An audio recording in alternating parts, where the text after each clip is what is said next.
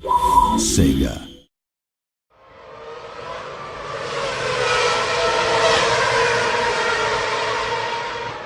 You can prepare all you want, but when it comes to race day, sometimes the split-second decisions can mean the difference between victory and defeat. In our last video in the series, we're going to walk you through what it takes to give you the best possible chance of victory.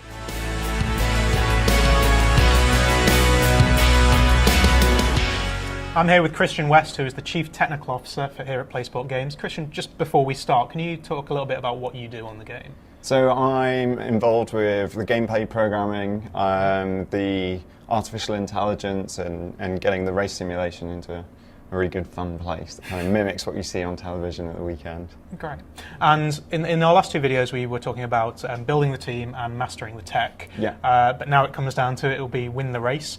So what we're going to go through today is you're going to walk us through a little bit a race weekend and show us what players can do in terms of options of what they can do at the track and what they can do to prepare for it.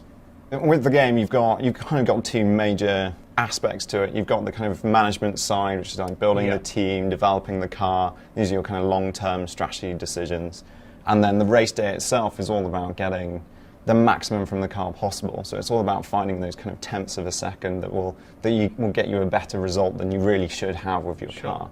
And this is where it all plays out. So in practice, you're kind of building up knowledge of the track, of the tyres, building up knowledge of different race strategies, and developing the best setup you can to get the maximum performance from the car, and also getting a kind of an idea of the track conditions. Each circuit kind of has different amounts of grip or tyre wear, so it's about kind of gaining that knowledge really.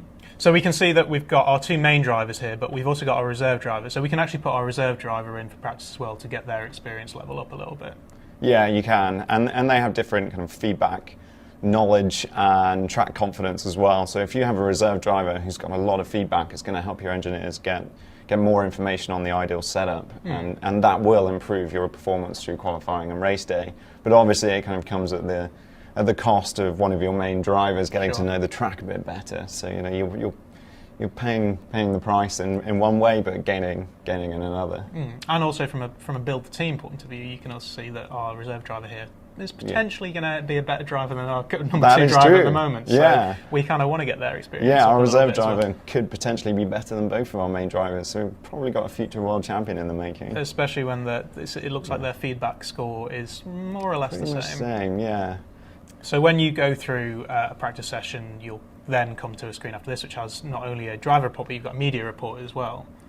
Yeah, you do, and it gives you that feedback of what happened. You get an idea of how the AI drivers got on, how your rival teams got on, and what they were involved in as well. Okay, and it's not really it's not as formal as, say, a press release coming out. It's almost like a Twitter feed that comes through. It is. It's kind of that quick reaction to a session that you see on television. It's getting ready for the next session, and there's a bit of kind of initial feedback, but they don't really have time for anything more, so it's quick little bits of Twitter.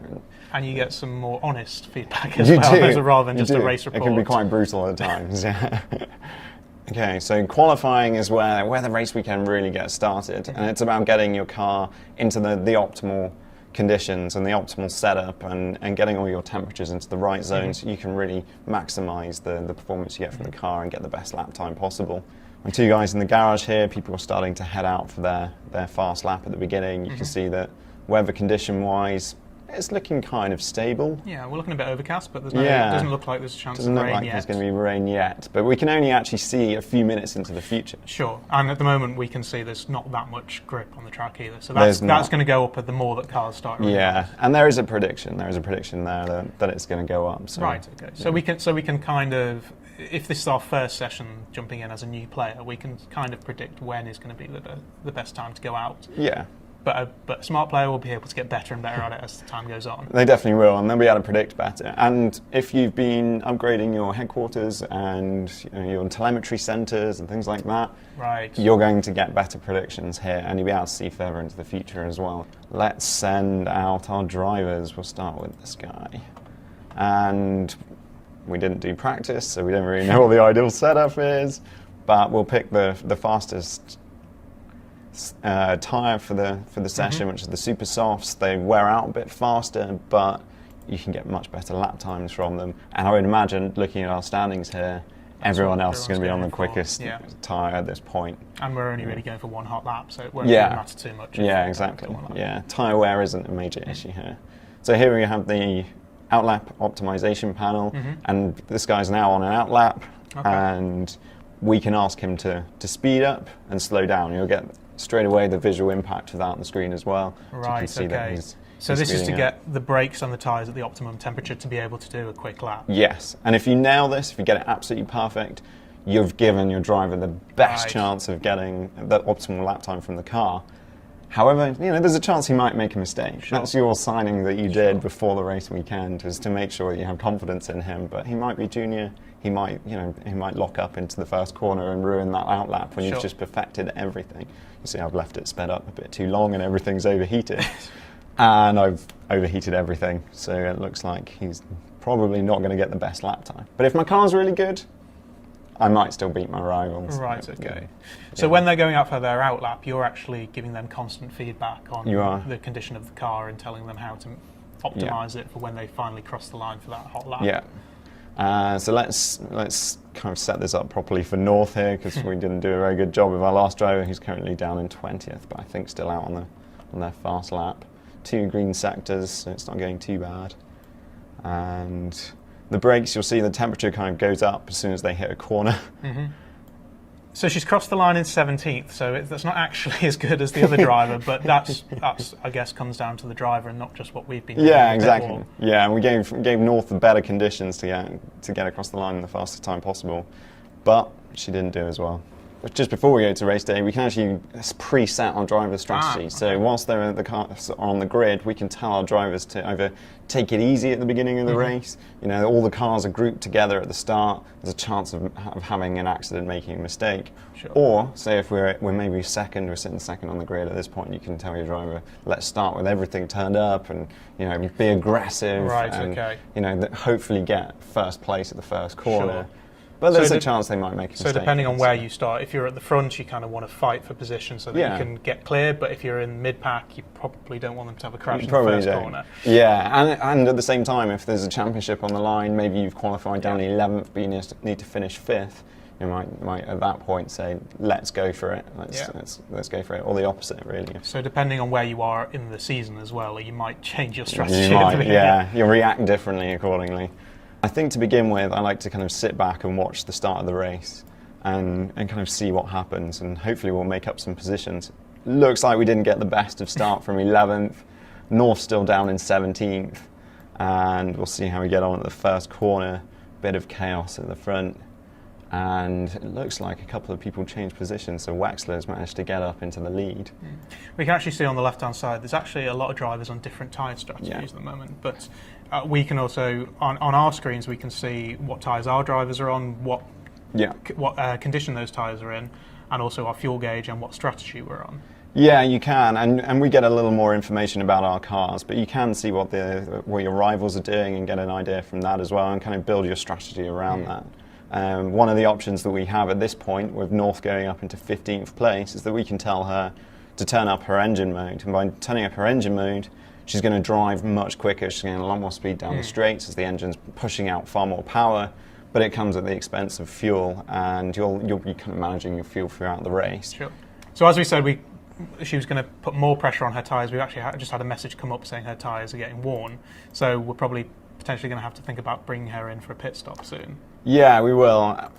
So for the time being, we can actually ask her to conserve the tyres and kind of eke out the rest of the performance to go a little bit further. But as we're pitting this lap, let's get some extra lap time out of the 30% that she has left and ask her to push. Yeah, let's ruin the tyres to the end of the lap.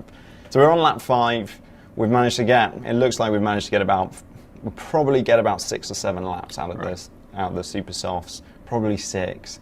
There's 11 laps of the race to go, so I don't think, unless we're going to stop again, super softs probably aren't the way to go. So if we're going for a one-stop race, we need to go for a harder tyre, or Yeah. a more durable tyre. Yeah, and in this instance, let's go with the medium. It's a bit slower, but it's going to last longer. It might get us to the end of the race. So, And we've got a few other options in terms of fuel, and if any of our parts are broken as well, we can replace them in the pits. And you can see that in this championship, refueling is an option.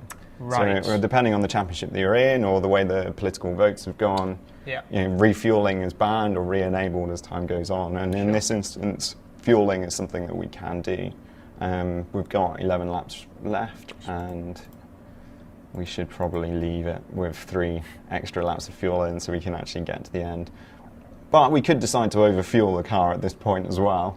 In case we wanted run to around with the engine mode turned up. The car's going to weigh a lot more. It's going to cost a bit of lap time and weight, but with the engine turned up at that point and pushing these medium tyres a bit more, she'll be able to be a bit more aggressive for the rest of the race rather than having to conserve that. And she's 8th at the moment, and let's try and push through the field on those medium tyres. All our parts are looking okay at the moment? They're looking okay. The gearbox could be a problem on the front wing, but yeah, it looks okay. I think we'll leave them as they are. And the pit strategy wise, we can go for a safe pit stop if we want. Pit stop will take a bit longer, but you're nearly guaranteed to make sure that all the wheels are on the car at the end of the pit stop. Or you can go fast. A couple of second pit stop, really push the But at the risk of potentially getting something wrong. Exactly, making a mistake, losing a whole bunch of time. You might end up with a slower pit stop. You might do. Right. You might do, but if they get it right, it might be worth a position or two. Okay. So Vasquez is back out on the track again now. He's got fresh tyres on. And 4 laps of fuel.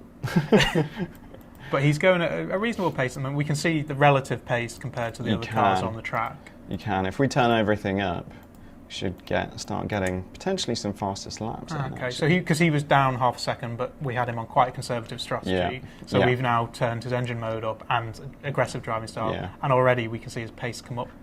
And we're starting to get him complaining about the lack of fuel in the car, which is he's not worrying surprising. about it. And drivers, they have different personality types, and different drivers will react in different ways to certain situations. This guy's not that happy about being out with not that much fuel. He's starting to worry about his strategy. Quickly. Even though this is me saying, just listen to his boss.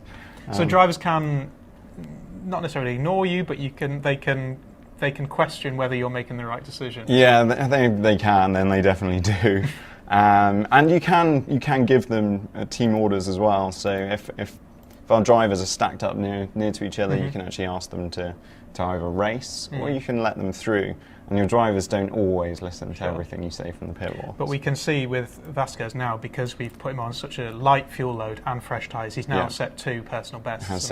Well, not 2 personal bests, 3 session bests. The fastest in the session, yes. That's the fastest lap of the race so far. So a decision that we made in the pit stops has actually put him as the fastest car on the track at the moment, even though he's still at the moment at 4th place. But he might be able to get those positions as the other cars go into the pits. So we've set our drivers now on a reasonable strategy. We might as well fast forward a little bit towards the end of the race. So we come down to the final lap. We've got all our parts failing. We're running out of fuel, but we're still in 5th.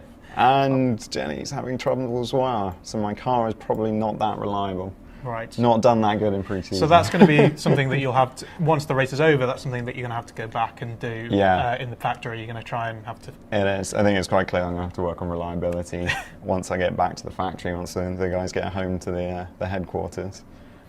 But we've taken the decision to leave them out there.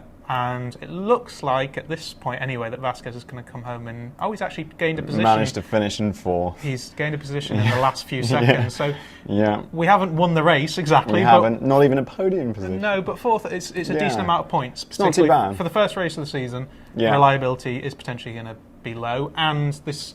if this is, you've just started a career and this is your first race with the team, you kind of need to bed yourself in and understand where to start. And as you say, we now know where to focus some of our development work. It's on reliability. It is on reliability. Maybe a bit of speed as well. 11th and 17th on the grid. We'll go for some speed and reliability. But that might be our strategy as well. Okay, so we didn't quite win the race this time, but as you say, we know where to focus on. So for next time, whether it's the next race or this race next season, we know. Hopefully we'll have developed the car a bit better by that point and our race strategy will be better as well. And I think that will do it for Win the Race. Thank you, Christian, and make sure to look out for the release of Motorsport Manager on the PC this September.